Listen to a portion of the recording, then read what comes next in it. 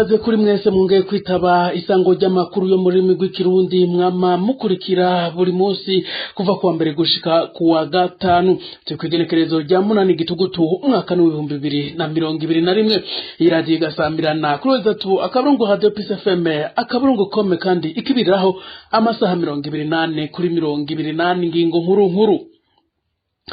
Leta y'u Burundi mu kiganiro abavugizi bahaye abamenyesha makuru bavuga ko kuba batugurura umupaka uhuza Burundi n'u Rwanda ari uko abashatse guhirika ubutegetsi mu mwaka wa 2015 badatangwa muravyumva. Nayo ngo Red Tabara ifatwa nk'umugwi w'iterabwoba bishikirizwa n'umuvugizi w'umukuru w'igihugu akemanga ko atamwonga uburisato ahandi ho ngo amahoro yari menshi mu Burundi. Ibiziga bibiri by'abana bo mu muryango umwe biheruka gutorwa mu kinogo kimwe basa nk'abacumiswe imbugita ni mu ntara ya Ngozi muca mu vyumva mu kanya. Amakuru tubafitiye saya gusa tubafitiye n'ayandi. Jewe Geoffrey Berg karangwanije ngiranda yabashikize mu hinga bw'ivyuma hariyo Yves irakoze twese tubahaye ikaze. Inkuru mwimwe ukwayo.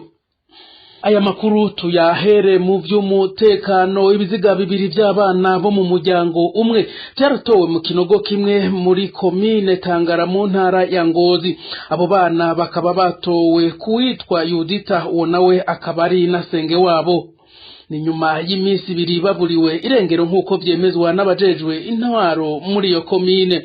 Viator Haragiramungu niwe yatohoje inkuru. Ubwicanyi bwabaye ndanse mu ntara ya Ngozi, aho mu bice bitandukanye byo muri iyo ntara havugwa ubwicanyi, aho abana babiri bishwe baca banatabwa mu kinogo kimwe. Ubwo bwicanyi bukaba bwabereye muri komine Tangara muri iyo ntara nyene ya Ngozi. Abo bana bishwe umwe n'uwitwa Niyukuri Keve w'imyaka 4 hamwe na mukuru wiwe w'imyaka 5, uyo nawe akaba yitwa Irakoze Nikeze. Bakaba bishwe kuri uyu wa gatatu igenekerezo rya gatandatu ukwezi kw'icenda umwaka w'ibihumbi 2021 muri zone Musenyi umutumba Ruyaga. Abo bana bakaba bari bamaze imisi ibiri barabuzwe irengero. Amakuru dukura ngaho Itangara avuga ko abo bana bishwe bacumiswe kuko vyagaragara ku mibiri yabo ibikomere vyaho bacumiswe.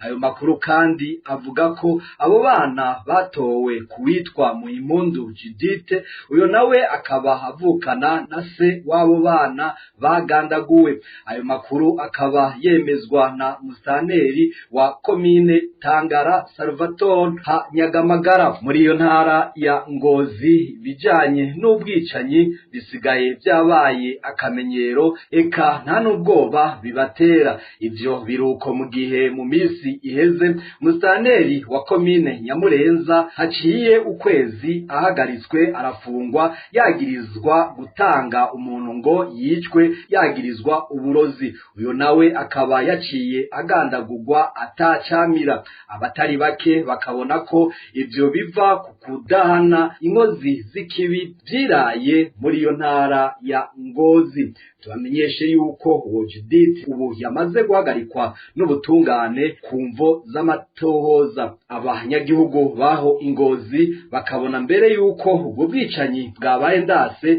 akenshi na kenshi binaturuka ku tware badahimiriza abo barongoye mu bijanye no gusonera agateka kazina muntu. Viator Haragiramungu urakenuye.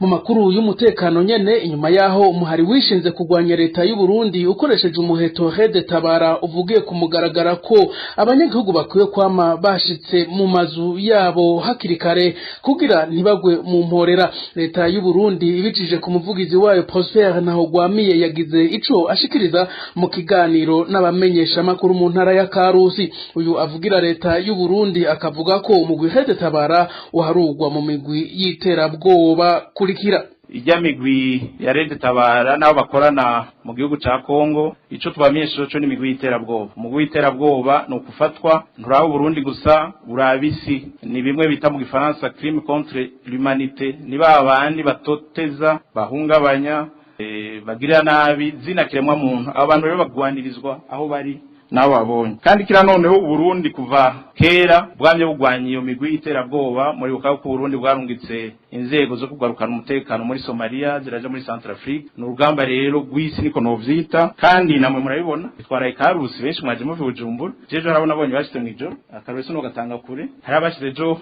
saa 12 irenga bisigura yuko umutekano wose ari uriho mu gihugu ariko rero nta vyamazera de nta mwongo buri sato ibidahizwe aho twoba twashite mwijoro hamwe twoba kwisi atamugizi wa nabi n'umwe akiriho twoca twigumira ngaha twoba twashite mwijoro isi ntizopfa ijoro abagizi ba nabi bariho ariko baragwanywa nico gituma baguma batubwira yuko dutegerezwa kubaka igihugu tugavye igihugu camana ingorane camana abanzi camana bakigwanya nico gituma rero n'uyu mugwi utegerezwa kugwanywa kandi nibaza yuko uburyo buriho abene igihugu baranyuzwe nuko dutegerezwa kuba bamwe tukumvikana hama intumba zamaho hari abantu n'ubu batanezerejwe n'amahoro dufise bagomba kuraba ingene asubira inyuma muri ico kiganiro nyene kitoroheye uwo avugira leta y'u Burundi avuga ko umutekano uhari naho atavyera ngo de nayo inyishu yahaye uwararongoye ico kiganiro kubijanye n'ibitero vyabaye ku kibuga c'indege naho gwamiye yamwishiye ko ari iterabwoba n'ubunyene tumukurikire ku kibuga c'indege ivyabaye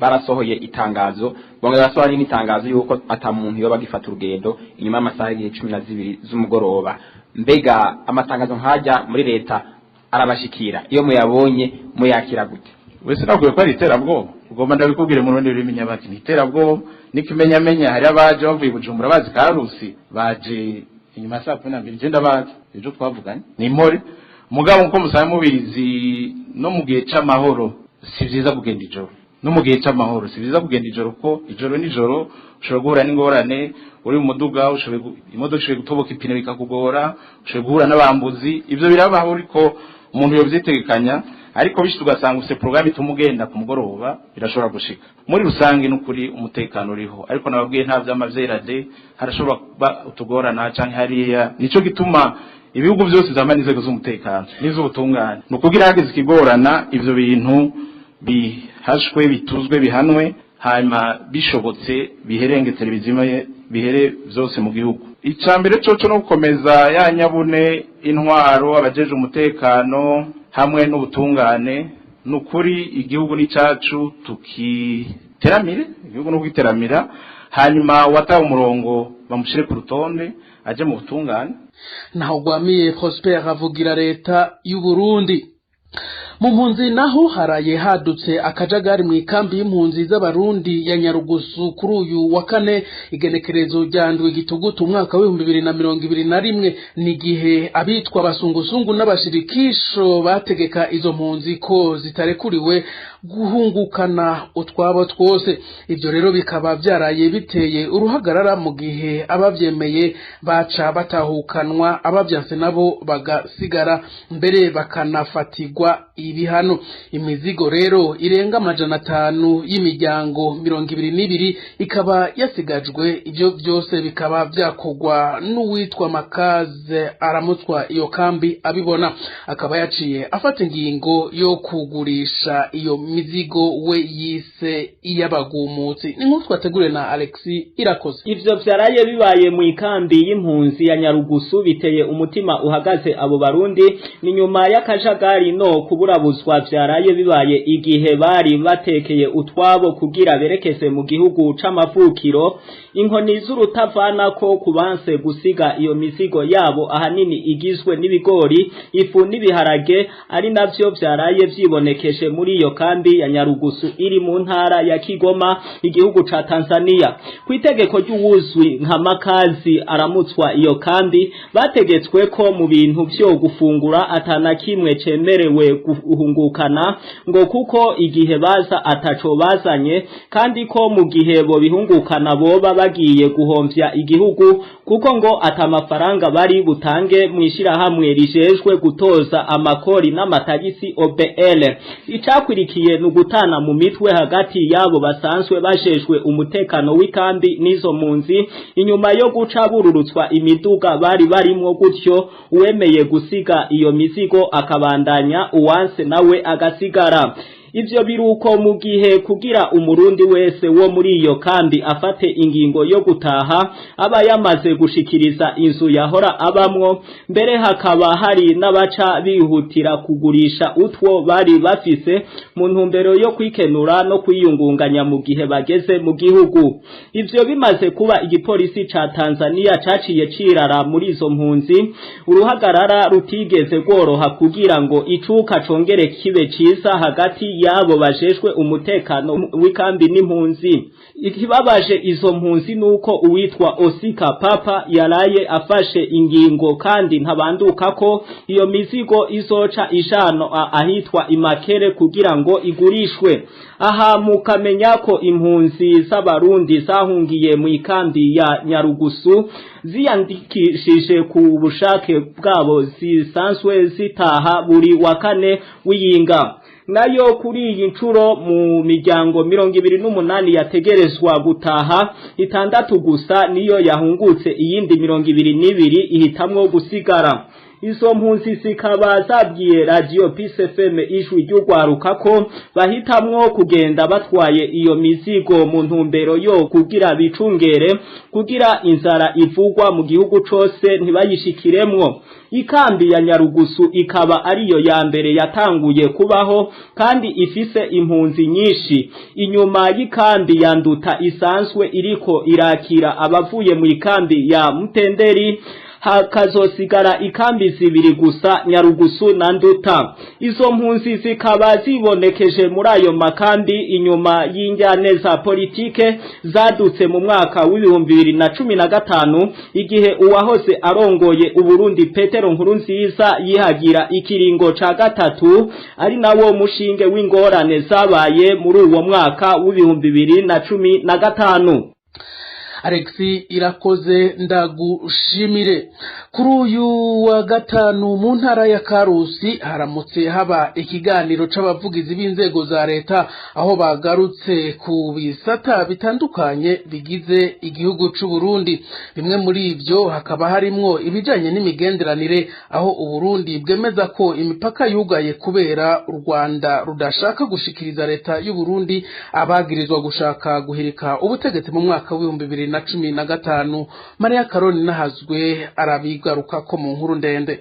Ico kiganiro cyatangwa n'ijambo ry'umukuru w'igihugu Evariste Ndayishimiye ashimira abaguma baharanira amahoro n'umutekano. Umukuru w'igihugu akaba atera ivyatsi abo bose bashaka guhungabanya umutekano. Muri izo ndamutso umukuru w'igihugu yanakeje abo bose bariko barakora kugira ngo bagwize umwimbo. Mu gisata cyo gucukura ubutare, leta yamenyesheje ko ihagaritse amasezerano yari ifitaniye n'amashirahamwe yabucukura kugira ngo amasezerano asubirwemo neza hamwe n'itunganya ryayo rishasha. Nkuko byashikirijwe na Everine Butoyi avuga umukuru w'igihugu Evariste Ndayishimiye, ayo masezerano yo gucukura ubutare leta y'u Burundi yahagaritse kugira ngo umunyagihugu wese aronka kunguko. Everine Butoyi mu gihe ariko arashikiriza ivyegeranyo bijanye n'agateka kazina muntu mu Burundi, yamenyesheje ko raporo yawe nishobora kubesha kuko agateka kazina muntu mu Burundi kifashe neza. Ivyo biruko mu gihe umugwa w'abahinga bawe ujejwe amatohoza ku Burundi kuvyijanye n'agateka kazina muntu uherutse kumenyesha ko hakiri agahaze mw'ico gisata. Leta y'u Burundi yanagabishije n'abategetsi bafise umugore arenga umwe. Leta yamenyesheje ko ufise umugore arenga umwe uwarenze ibigo bikamenyekana canke ugendana n'abahabara bikamenyekana azoca bugozwa mu mabanga yiwe. Pierre Nkurikiye umuvugizi w'ubushikiranganje bw'intwaro hagati mu gihugu, iterambere rusangi n'umutekano, yamenyesheje ko indongozi utegezwa kurangwa n'indero runtu umuntu mbere yo gutanga akaroro keza. Ivyo byashikirijwe mu gihe ariko arasigura icatumye ubushikiranganje avugira busaba amatohoza ku muntu wese yubatse bidaciye mu mategeko kandi arongoye abandi. Umuvugizi w'ubushikiranganje bw'imigenderanire y'u Burundi n'ayandi makungu yamenyesheje mw'ico kiganiro ko imbibe Uburundi buhana n'igihugu cy'u Rwanda zitugaye kubwukurinda abarundi akaranda ka COVID-19. Izo mbibe zikaba zuga ariko kubw'akagagazo kw'igihugu cy'u Rwanda ko kwanka guhereza Uburundi abagerageje mu mwaka wa 2015 gutembagaza ubutegetsi bw'u Burundi bwari burongowe na nyakwigendera Petero Nkurunziza. Ubwo bushikiranganje buvugwa kandi na Sonia Niyubahwe bwamenyesheje ko amasezerano yatewe ku gikumu n'u Burundi na Arabia Saudite kubijanye no kurungika abakozi mw'ico gihugu harimwo abakozi bo mu nzu ari ngirakamaro cyane ku Burundi n'abarundi. Ku bwa Sonia ayo masezerano azotuma abarundi baronswa akazi muri Arabia Saudite bice mu mategeko maze bigwanye ubushomeri, ubukene n'ubugurano. Niyubahwe yamenyesheje kandi ko mu Burundi hakibonekeza abadafise ubwene gihugu ariko bakaronswa amakarata karanga muntu cyane cyane abakongomane. Ku bw'ico kibazo intambwe yamaze gutegwa kuko hamaze kuyumvirwa ikarata y'akaranga umuntu biometrike naho abazosangwa bari barivye ubwene gihugu bw'u Burundi bazobwakwa nk'uko byashikirijwe mu itangazo ry'abepiskopi katolika ryo muri Nyakanga guheze ku ngeso yo gutanga ishano yabaye ndase mu Burundi rinasaba abakristo kuvavanura nako kabi ubushikiranganje bw'intwaro hagati mu gihugu iterambere rusange n'umutekano ntibuhakana ibiri muri iryo tangazo bukanatera kabi ibisata byose by'igihugu guhaguruka kugira ngo bagwanye ako kabi ubu bushikiranganje bukamagarira kandi abadandaza ibifungurwa kugira isuku kuko n'ibifungurwa bicafuye bigira ingaruka mbi ku magara y'abantu kuva mu buseruko bwa Republika iharanira rusange ya Kongo mu ikambi y'impunzi z'abarundi ya Rusenda jewe ndi Maria Carlos Nahazwe ku bwa Radio Peace FM ijwi ry'ugwaruka. Maria Caroline Nahazwe urakenuye mu mpinga bw'ivyuma batumirira amate n'akamo k'abavyeyi baharanira amahoro n'umutekano mu Burundi hama tubandanye n'amakuru twabateguriye.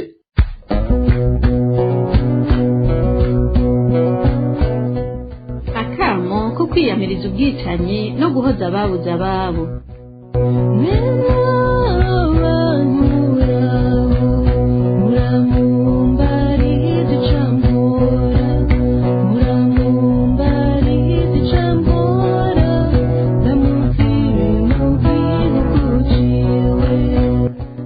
Ko mwese abatwumviriza muroraniwe tunabibutsa kuguma mwirindikiza ca COVID-19 kuko kigisasi kinganda. Ubutumwa bw'uyu munsi twabugeneye abagize urwego rw'iperereza na kizigenza mukuru rukukira President Ndayishimiye. Hako twoshimishwa cane no kumenya nimba urwo rwego rufise amategeko rwisunga. Tubibajije kubera amabi rukora yabaye ndavye. Kunyuruza usigaye ari umugigo usanzwe nko gufungura canke kunywa amazi. Nta munsi nijoro vyijana atabanyurujwe hirya no hino mu gihugu. Abagabo, abagore, imisore n'inkumi, abatama n'imiyabaga, abasoda n'abasivile, nta n'umugwo rwego rwibanga. Abo bose batwagwa bunyamaswa nk'uko umengo kwikwekwa ko iki canke kiriya bitanga uburenganzira bwo kwambura umuntu agateka kiwe. Benshi muri abo nta wigera amenye iyo bazimanganiye, ababo bagapfana intimba bategereje ubutakigaruka. N'abamenyekanya aho bafungiwe ntibemerera ububagarukirako kenshi kubera baba baratabagarijwe ubuzima bagatinya ko hagira abo bibona. Muri ubwo rwego rw'iperereza nyene abakenyezi n'abigeme bajanyweyo bakorerwa ivyaha vy'agahomerabunwa birimwo no gufatwa ku nguvu. Reka dufatire ku karorero k'umupfasoni Chantal Nijimbere, umuforomokazi wo mu ntara ya Gitega yafashwe n'ubujejwe iperereza muri iyo ntara amwagiriza ko yoba yarahaye amakuru radio RPA kubitagenda neza mu bitarakoramwo. Uko tuvyumva uwo mupfasoni yarafashwe ku nguvu araborezwa igufa n'ubakiriko. Natwe tuti mbe igitabo mpanavyaha iperereza ryishimikiza gihanisha gufata ku nguvu no gutabagariza ubuzima uwavuze ukuri kuvyabona nikihe mu ngingo yacu yihe.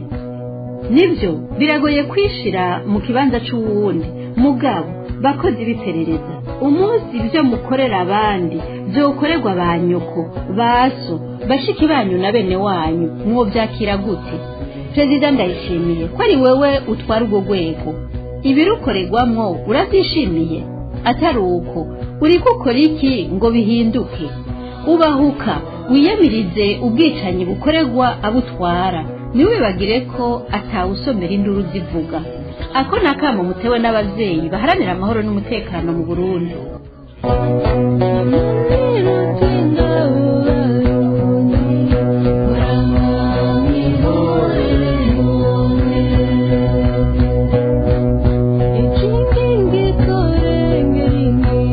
Mu gisata c'amagara y'abantu Uburundi naho bwemeye ko bugiye kwakira urucanco rwa COVID-19 ku mfashanyo ya Banke y'Isi Banque Mondiale bisa nkaho batarisubirako kubijanye no kurutera abanyagihugu. Tade Ndikumana yaraye amenyesheje ko ruzohabwa urushaka ni mu gihe utwara umugwi w'igihugu jejwe guhangana n'ico kiza Gervase Ndirakobuca bataziranda kugarika yari yashikirije mu mvugo yo gutera ubwoba abarundi ko uzokwiteza akagira ingaruka atazobaza leta. Tumukurikire. Umugambi twahorana urufite inkingi 9 inkingi zinozivuga zose ariko harimo gukinga biciye twese turafite intumbero twashikirijwe na nyene cyubahiro mu gihugu cyacu cy'u Burundi muri wa rugamba y'ikirindakira sinandura kandi sinandukiza coronavirus. Rero nk'uko twaba twabisubiyemo ni intumbero yikwije kuko irimwo kwipimisha, kuvura abanduye, gukinga no gutandukiza. Rero igishasha muri uno mugambi mwana bikurikiranye yuko ikigega cy'isi Banki Mondiale cyemereye Burundi incansho z'umugira wa coronavirus. Rero twategerezwa kwinjiza ubwo buryo mu mugambi rusangi ko dukorera ku mugambi twumvikanyemo n'abasanzwe bashika imigambi ya leta na cyane cyane ishyirahamwe mpuzamakungu OMS. Rero muri izo nkingi 10 inkingi zibiri nshasha, iya mbere ni gukorana n'abenegihugu biciye kubamesha kiyago kuko barabibonye haba mu ntara za Kirundo, Ngozi, muri mesha kiyago n'abatowe n'abenegihugu hariya ku mitumba mu makartie barafite uruhara runini. Uwo mugambi rero twarawanditse neza kugira ngo abaremesha kiyago bafashe by'ukuri kugira ngo bahimirize cyambere abenegihugu za kwipimisha nuko musanzwe mubizi n'uwo dusanzwe yaranduye ashobore kuguma mu muhana abaremesha kiyago bamukurikirane n'abatuye ku mitumba zo kugirisha ibipimo bya controle imiti niheze kandi baraye ko bafite imiti neza kandi aguma muhira gushika tumupimye tukamuna yuko atacanduza no kuvuga atamigira agifite. Kuko dusanzwe dukorana n'amashyirahamwe mpuzamakungu, ishyirahamwe UNICEF niryo rifite novuga uburambe dusanzwe dukorana neza mu byerekeye incanco zari zisanzwe zitanzwe mu Burundi. Ni nabo bazodufasha rero kugira ngo izo ncanco z'umugira wa coronavirus zishobore gushikira abazifuza. Ikivi tugiteje kure kuko twebwe nk'uko byari byashikirijwe n'umugwi w'igihugu ujejwe gukinga no kuvura coronavirus haraheze amezi 2. Aha twebwe nk'abahinga b'umushikiranganje twaramaze gukora batumvise dukoranye na OMS na UNICEF ibisabwa byose kugira ngo incanco zizozana na tuzohabwa ni na Union Africaine ishobore gushikira abenegihugu bazifuza atantambamye. Rero umugambi w'ingene tuzobikora twarawanditse kandi turazi neza yuko uko babitweretse hagati y'itariki 15 ukwezi kw'icumi n'intango z'ukwezi kw'icumi niho twiteze yuko inshacu za mbere zoshika ngaha mu Burundi. Tade Ndikumana atwara ubushikiranganji bw'amagara y'abantu. Nayo nk'uko twari twabibashikirije makuru yacu yejo ngo abasahura igihugu akenshi usanga bikika mukiza kubera hari amashirahamwe avuga ko yigenga ariko adashobora kuvuga ukuri kuba ariko barasahura ubutunzi bwa leta. Ibi byaraye bishikirijwe n'umunyepolitike Karori Mukasi yahunze igihugu akavuga ko abo bo mu mashirahamwe yigenga hakubatunga agatoke baca binumira kurikira Mukasi Karori. Mukasi Karori n'umunyepolitike yahunze igihugu. Mu bijanye n'uburimyiho ku civugo twungurunani mu guteza imbere ikawa yacu ku buryo burama, ubushikiranganji bw'ibidukikije uburimyi n'ubworozi bwifatanije n'amakungu mu guhimbaza umunsi mpuzamakungu wahariwe igitegwa c'ikawa. Ibirori bikaba byabereye mu ntara ya Muyinga. Buramatari w'intara ya Muyinga Jean Claude Barutwanayo agashimira leta kuba yaragarukiye igitegwa c'ikawa mu kugwiza imirima yacu no kuyongera igiciro cayo ku murimyi. Agasaba abarimyi kuyibungabunga kuko ari ryo terambere ry'igihugu rifatiye ko kuko ari nayo ya mbere yinjiza amafaranga y'agaciro mu Burundi. Nizigiye Nestor umwe mu bakozi bo mu kigo cyo guteza imbere ikawa Odeka akavuga ko ikawa ifise byinshi byiza naho abantu benshi bayinywa kugira ngo bapfe kunywa gusa. Avuga ko ivyigwa vyakozwe vyerekana ko mu kinyobwa c'ikawa harimwo ivyankenerwa umubiri w'umuntu ukenera nka ndema mubiri, ntanga nguvu, nsanganya ngaburo n'ibindi. Yongera ko mbere kinyobwa c'icayi gikinga ingwara ya kansere n'ingwara y'igisukari hamwe n'ingwara bita gute. Naho biruko avuga ko umwimbu w'ikawa wagiye uraduga wongera umanuka gushika naho umwimbu usa n'uwagumye hamwe utaduze canke ngo umanuke. Akabona ko umuturama ari guherekeza abarimyi b'ikawa enquatrement mu rurimi rw'igifaransa, akanamenyesha ko kugira umwimbu uduge ari uko hoba gukurikirana abo barimyi basanzwe barima ico gitegwa c'ikawa. Aya makuru tuyasozere mu gisata c'indero, ariko tugaruka mu mpunzi. Umwaka w'ishure w'ibihumbi 2020 ushira w'ibihumbi 2021 uzotangura kuri uyu wa mbere genekerezo rya 11 gitugutu mu gihugu cose c'u Rwanda. Impunzi z'abarundi zivuga ko ziteguye bihagije na rijya batigeze batakaza umwanya mu kiruhuko bahoramwo, ahubwo bakoresheje umwanya wabo neza mu gukarisha ubwenge babifashishwemwo n'ikigo Maison Shalom International gisanzwe gifasha impunzi muri ico gihugu c'u Rwanda. Hariya Ikirehe mu Rwanda twakurayo Alexi Irakoze. Mu gihe umwaka w'ishure utegekanishwe gutangura igenekerezo rya 11 z'ukwicumi mu mwaka w'ibihumbi 2021 ngaha mu Rwanda, abanyeshuri b'impunzi bo mu ikambi ya Mahama bavuga ko biteguye gutangura umwaka w'ishure mu buryo butandukanye. Abo banyeshuri twashoboye kuvugana bavuze ko muri kino gihe c'uburuhuko batareze amaboko, ahubwo barushirijeho kwitegurira umwaka w'ishure buca utangura mu gusubiramwo ivyigwa bitandukanye. Bamwe muri abo banyeshuri biteguye mu gusoma ibitabo bitandukanye ndetse no mu gukwirikirana ivyigwa ku buhinga ngurukana bumenyi. Abo banyeshuri bakaba bashimira ikigo Maison Shalom Centre d'Elite Mahama kuko cabafashije muri vyinshi mu gutegura uwo mwaka w'ishure buca utangura. Nobwa yuko Maison Shalom yatubereye abavyeyi kuko yamye ari umuvyeyi wacu kuva na kera. Maison Shalom mukino yadukoreye batuzaniye ama laptop mashasha, ubu twiga online, badukorera platform twigirako ibijanye n'ivyo twahora twiga, yaba ibijanye n'amasection twigamwo.